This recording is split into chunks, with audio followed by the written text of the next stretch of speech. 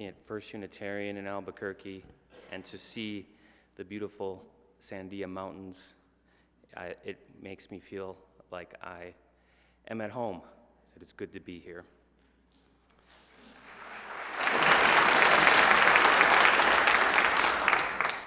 As Christine alluded to, before coming here to First Unitarian to serve as ministerial resident, I had completed an internship already in Wisconsin and all my classes for my Master of Divinities degree.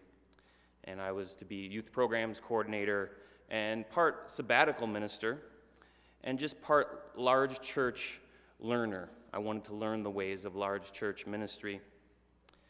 Though I had not yet been through the credentialing process for UU ministers, I imagined that after this ministerial residency, I would move on to great things. In other words, I came here a hot shot with delusions of grandeur. My first full day here in Albuquerque, I drove by the church because I wanted to see my name on the sign. Now, sure, my last name was spelled wrong, and people here still probably cannot pronounce my last name, but my star was rising. Early on, I remember saying to Christine something like, "You're getting a great deal with me." A fully formed minister for the price of an intern. To which Christine responded in her cutting honesty, "Good ministers are never fully formed."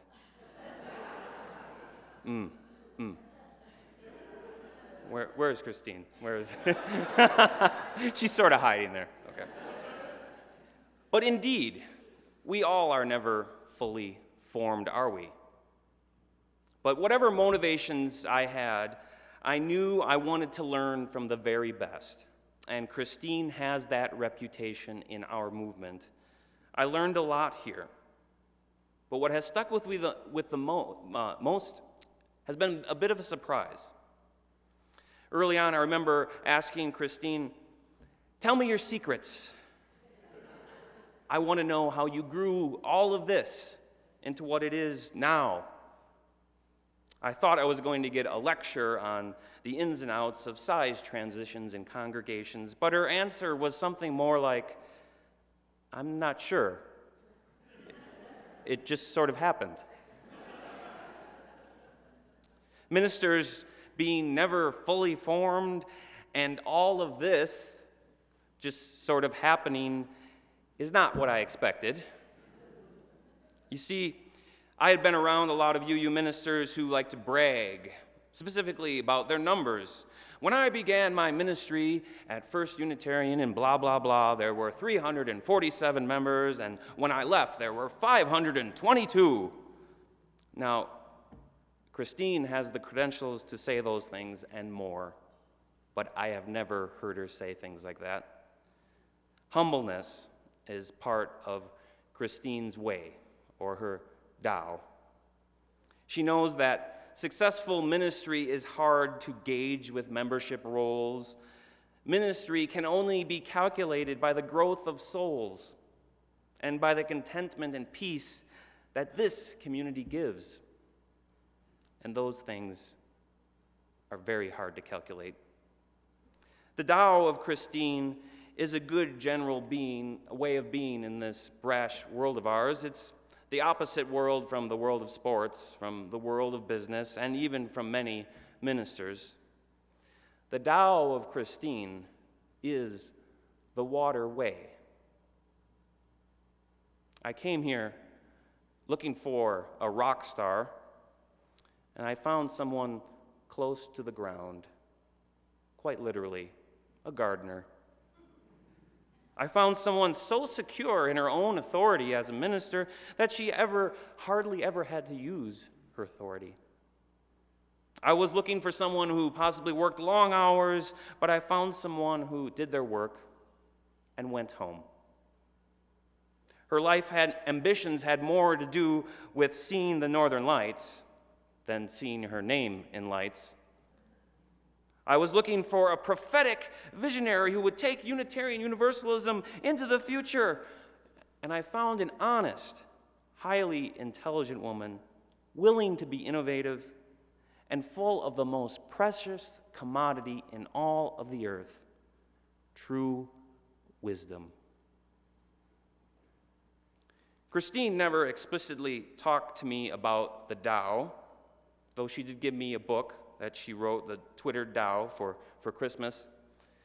And that's when I started to make some connections and figure out some things.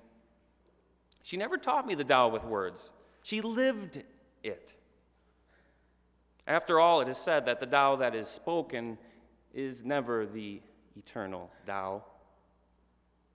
The Tao, or the Way, is a form of ancient Chinese mysticism. The Tao knows no beginning. It knows no end. Tao is not found in rules or principles, but found in the simplicity of non-action. The Tao knows that the truly religious life is not just found here in big, beautiful sanctuaries, but in the beauty of the prickly pear cactus just outside the sanctuary doors. The Tao is expansive. Wherever compassion is felt and care given, there is the Tao. Wherever humble acts of service are given, there is the Tao. In fact, I believe the Tao is right here with us, a great congregation that does not know it is great. But perhaps above all, the Tao doesn't demand. The Tao doesn't control. It listens. When I first started here, the DRE had just resigned. I started to panic a little bit. Of course, Christine did not panic. Instead, she took a step back and saw a pattern. There had been many DREs with short tenure here. And now Christine has the intellect, the organizational skills, the experience, the political clout, and the ministerial authority to just take over, take control, and fix the situation. But she took a different approach. She actually called previous DREs to speak with them and have coffee with them. She invited me along to listen, hear that conversation. She arranged multiple feedback situations for parents whose kids are in RE. So Christine did the hard work that few ministers actually want to do. She went to the low places where the water goes. She took the long view, the 29-year long view. And though I'm sure at times she would like to control things, she instead takes the water way. There was no quick decision. She gave it time. She allowed us all time to reflect, time to wrestle around, time for us to own the situation and own this institution and take hold of our own vision for this institution. Similarly, in my first year, one of my learning objectives was I wanted to learn how a minister interacts with a church board. I was very impressed with the elected leaders that you have here. They were setting goals. They were looking 5 years down the road. They were giving vision for the rest of the staff to follow. I found it very refreshing and very exciting, and I spoke to Christine about how impressed I was with the church board, but she said to me, "Do you think when I started here the board was like that?" No, it wasn't. She led them to take ownership of their vision. So in fact, Christine's envision for your elected leaders and for you was to have your own vision. Now, the Tao Te Ching teaches us that the best leaders are the ones we know hardly exist. Christine has led us all to the point where we can say, look, We created this all ourselves.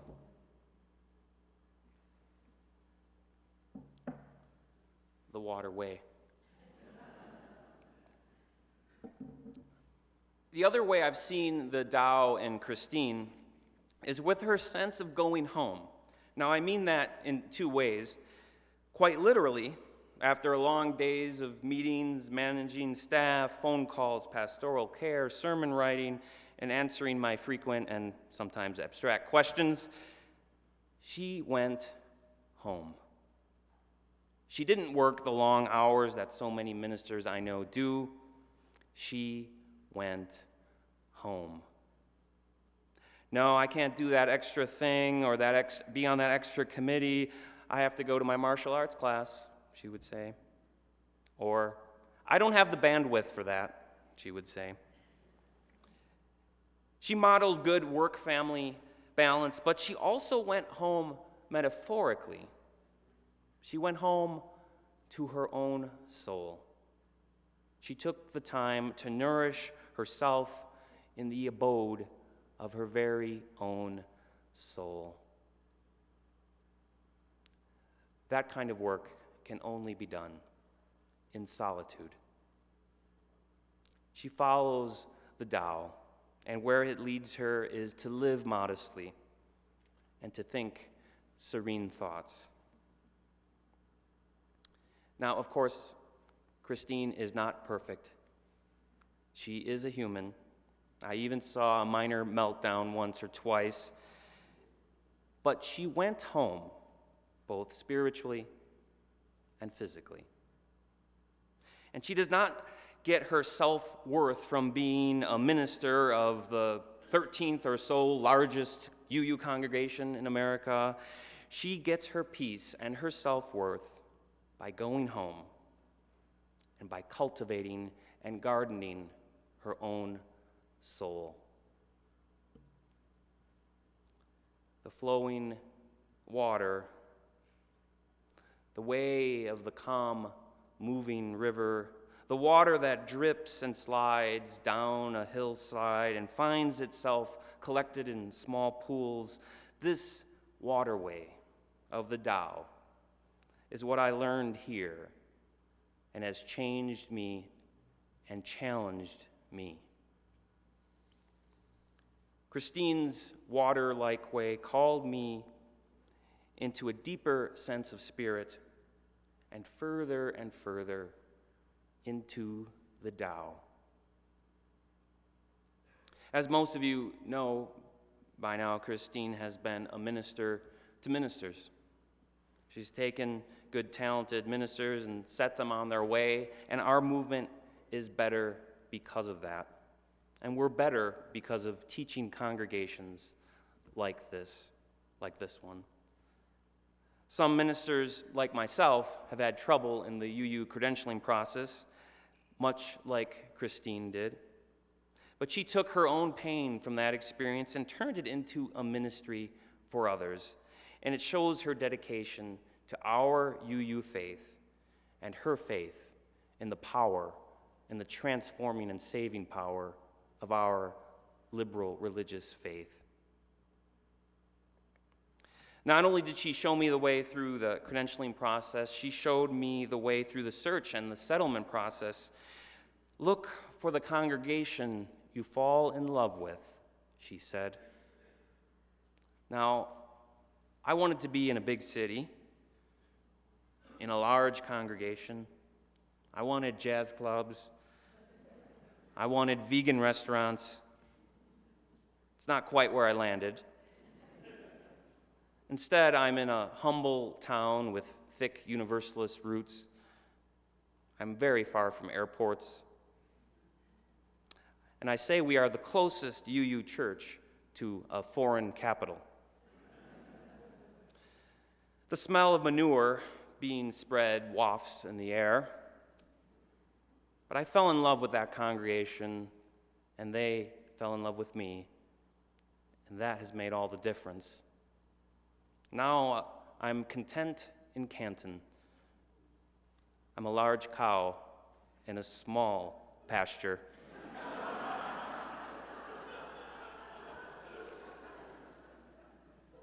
Every morning, I walk to my office, which is about 4/10 of a mile from where I live, and I walk home for lunch to eat with my family. And I apply many of the lessons that I've learned here, daily really, with my ministry. But most of all, I take the Tao-like humbleness I learned here, the waterway, with me. It flows often downward into spots I don't like to go. And yes, we all have things to do and things to become, things to accomplish, as all the self-help books and success manuals will tell us. But the waterway, the Tao of Christine, is an example for all of us. All this hotshot striving is not needed. Striving may lead us up and with more things accomplished maybe, but then leaves us with withered, dry souls.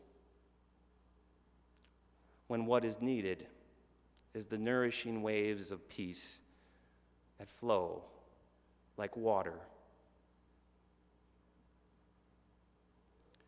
Christine continues to be a minister to ministers.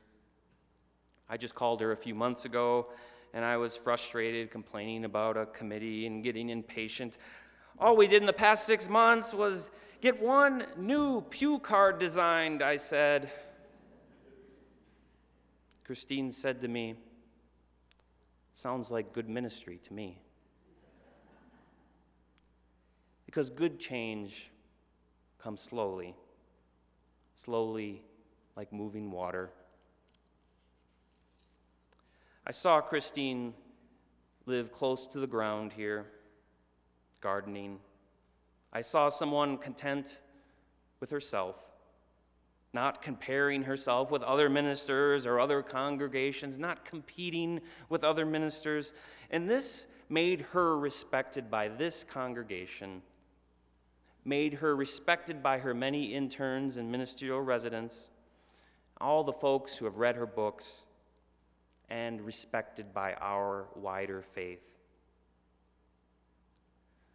So take the waterway, the path that flows down, not upward. Society tells us to climb the corporate ladder all too often, to rise, to become strong, to impose your will. Yet, the Tao of Christine shows us to go to those lower places we'd rather not go to. So listen to those voices that do not get hurt. Do not seek to control. Let things flow naturally. Just as water is constantly moving, flowing, cycling, ebbing, we are not going to force our watery spiritual lives up into high towers. No, we will let our waters sink. Let gravity take over and recognize that everything is holy here and sacred right now in the prickly pear simplicity of the Tao, where no place is too low. May we all take the waterway, the path of wisdom, the path of contentment, the path of peace, the way of mystery. And may we all realize we are never fully formed, and may we all follow the Tao of Christine. Blessed be.